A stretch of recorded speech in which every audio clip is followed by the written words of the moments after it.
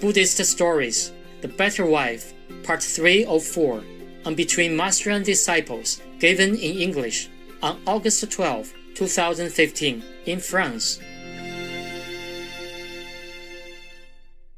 Xưa khi xưa mẹ đẻ ra trăm cái trứng sinh lũ con, trăm đứa con rồng lặng trăm đứa con. Okay.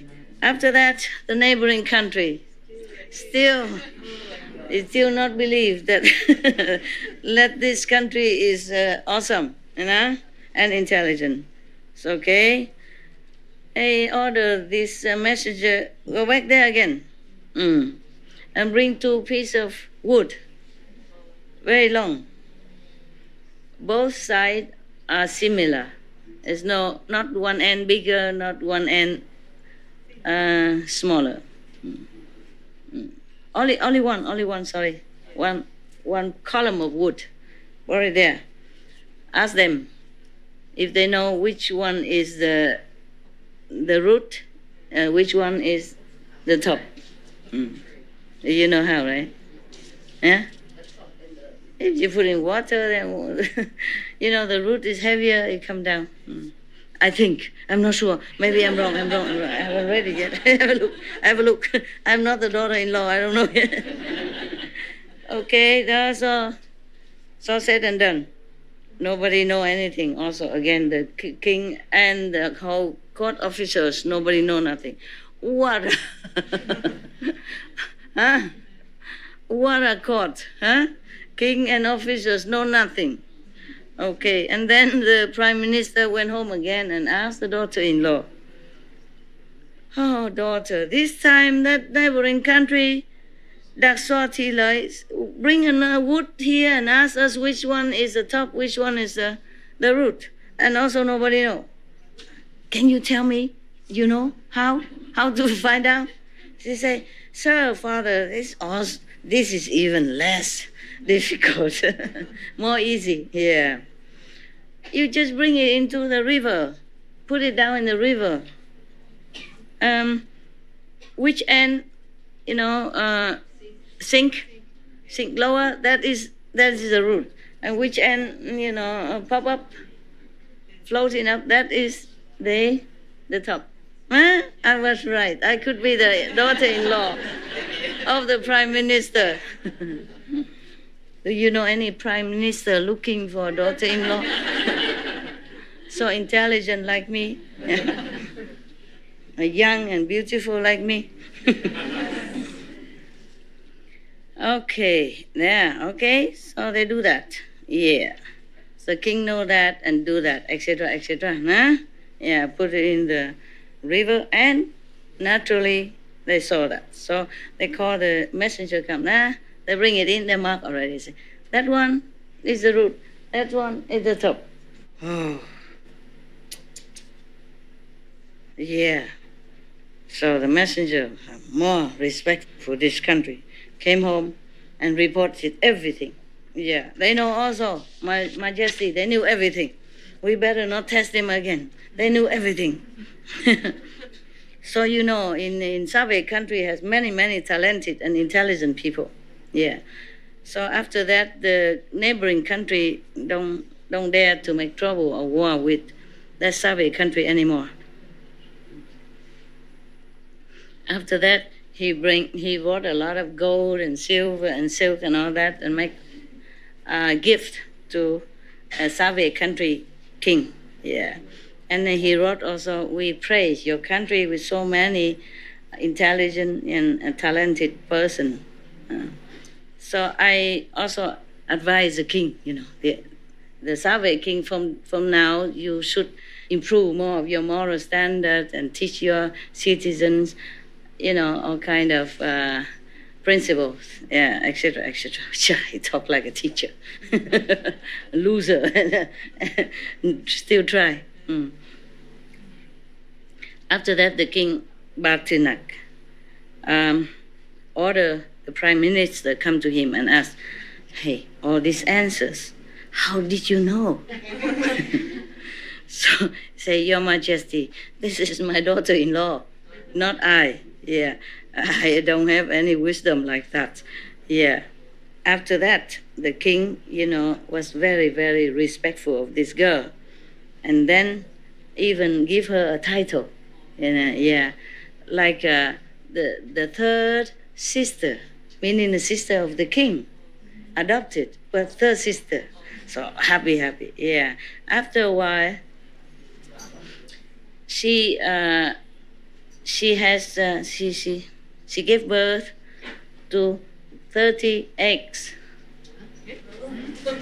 Sorry. Yeah. 30 eggs. And chop it in half, come out 30 sons. The first, the second, they all have special distinguished feature, and are beautiful and good looking and strong. The whole country very, respectful of them. And of course their parents love them so much. And then after that, of course, they're married to the best daughters and moral and daughter in the whole country, blah, blah, blah, blah. Okay? Yeah. Oh, this reminds me of a Vietnamese legend. The Vietnamese mother, the first one, supposed to came from heaven. Yeah. And she have a relationship with another person from the dragon origin. Yeah. That's why we call ourselves the descendant of dragon and angels, something like that, and divas. When she was pregnant, afterward, she gave birth to 100 eggs, and then 100 eggs become 100 children. Yeah. And then they divided, after they grown up, they divided into two. 50 gone to the mountains, and 50 stay in the plain. Yeah. Because they say to each other, you are fairy in heaven, so it's better you go live and high. I am a dragon kind, so I go low. So we both separate, And they practice, until they become better. They have a song about that. I think I sing it once to you before. Okay, this the person, the girl, seventh daughter-in-law, was a very, very very deep believer of the Buddhist three jewels. Often she went to listen to the Buddha's teaching. This day, she invited the Buddha and many monks come to her house for offering of lunch. After a meal, the Buddha came to the high days, and preached to the whole family.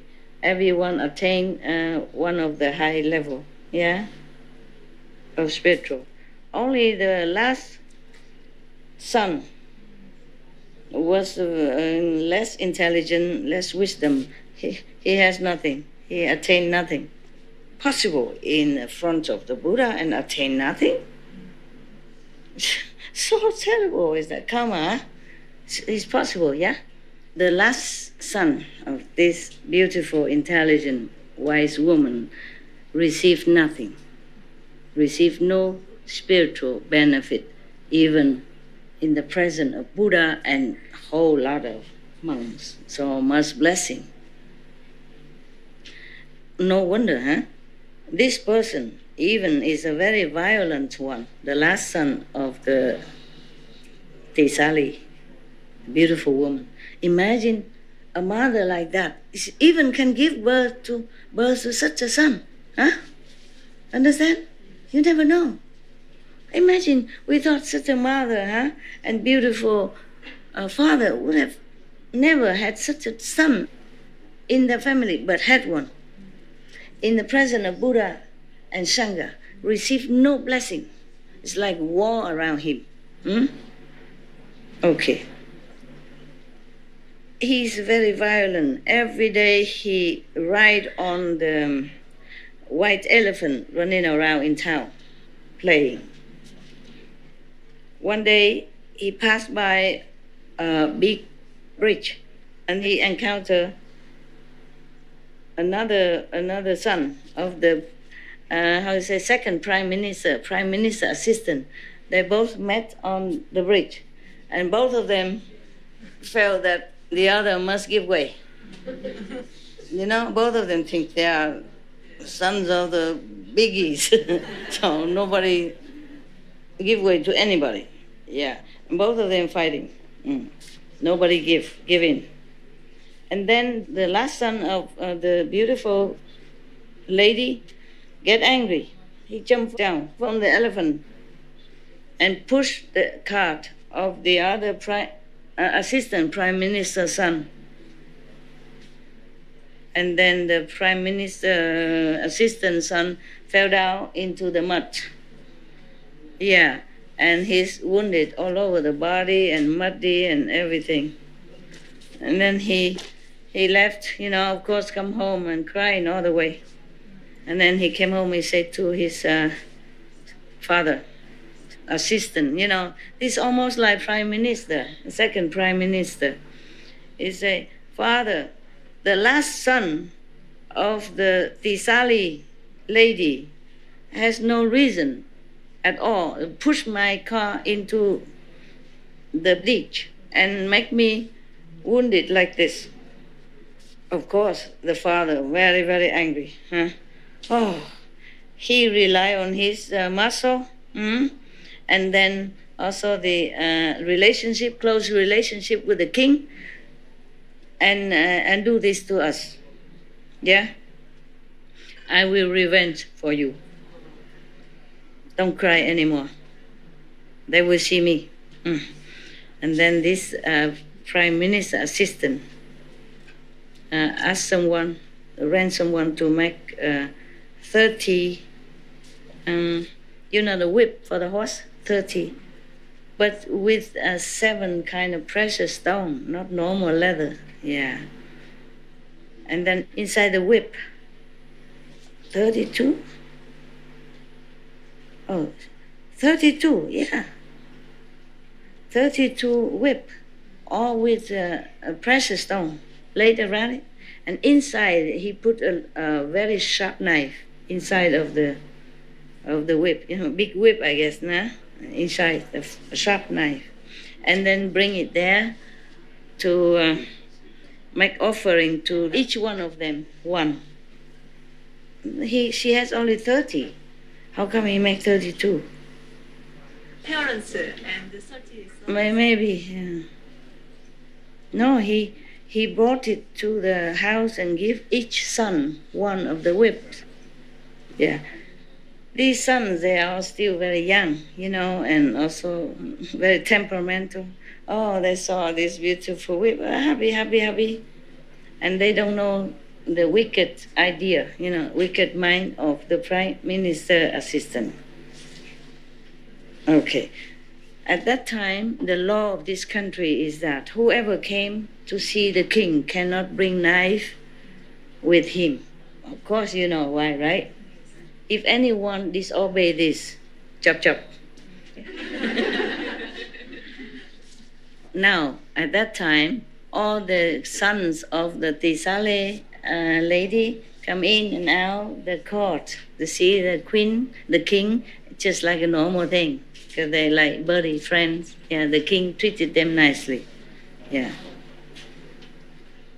Because the king loved their mother. Yeah, respect and love. One time, the prime minister assistant came in and talked to the king. Your Majesty, the 30 sons, maybe just 30 and they say 32, yeah. The 30 sons of the Tisali lady is very strong, muscular, yeah. Even one of them can fight 1,000. Each one of them can fight 1,000 person, no problem. They are scheming to harm you. to make a coup d'etat, to take the throne. So the king heard that. He's half doubted, it's not possible. Why, Yeah. And then the prime minister assistant added on oil on fire, say, yeah, I have watched it, Your Majesty. It is very evident, because each one of the son has a whip. Inside the whip, there's a very sharp knife. So the king asked the guard to check out all the whip. Obviously, of course, each whip have a knife inside. Oh my God. So the king asked all of his, strong bodyguards out to stay there waiting and call the 30 sons come in the court and quietly chop all their heads off. Just like that. Because he saw the evidence. Thinking they're going to kill him. So he killed them first. First he took all the whips from them and then chopped all their heads off. And then put all of this, all the head inside one of the coffin. Wrap it all up, tape it all up, and then bring it to the Sali lady. At that time, the lady Tisali invite Buddha that day. Invite the Buddha and all the monks come for lunch. My God, can you imagine? The love of the king. The king should have asked, should have checked it true or not. Don't just believe like that. But of course, the king cannot imagine why the prime minister assistant would say such thing, for no reason, right? Okay. At that time, that day, the house is very happy and, busy with offering to the Buddha.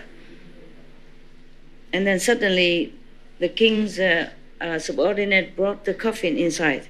And she was worried. She was happy. She think, maybe today the king also brought some nice food to help me to offer to the Buddha and the Sangha. She thought like that. Yes. And then she want to open it. And the Buddha say, no, not yet. Wait. After I eat, wait until I finish my meal, then you can open. Maybe he knew it's not appetizing thing inside. Because, if she opened right there, she probably fainted and died and nobody dared to eat anymore. It's such a terrible thing to see, 30 heads inside. Can you imagine? Innocent people. After the Buddha finished the meal, and then the Buddha called her to the side and said to her, lady, you should know this body is ephemeral. Today you may have, tomorrow you might lose it. And during the time that we have it is suffering. Today headache, tomorrow pain here, tomorrow cut here, always suffering when we still have this body. Actually, this body is not ours. You can see that.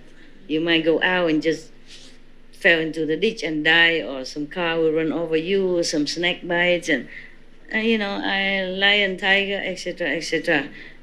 It's always something fearful about the body. It's always dangerous. Even if we try to protect so much, it won't always stay with us. We try all we can, but sometimes it just happens that we lose the body. Yes. And this body is bound by all kind of vexation, trouble, anger and sorrow. Even though loved one, very deep loved one day would lose each other. There's all kind of suffering because of the body. He's trying to prepare her, I guess. Yeah, so she don't faint and die. Yeah. Cho ma khoái cho lũ này ngơ ngác say nhạc đồng, ngơ ngác say nhạc đồng.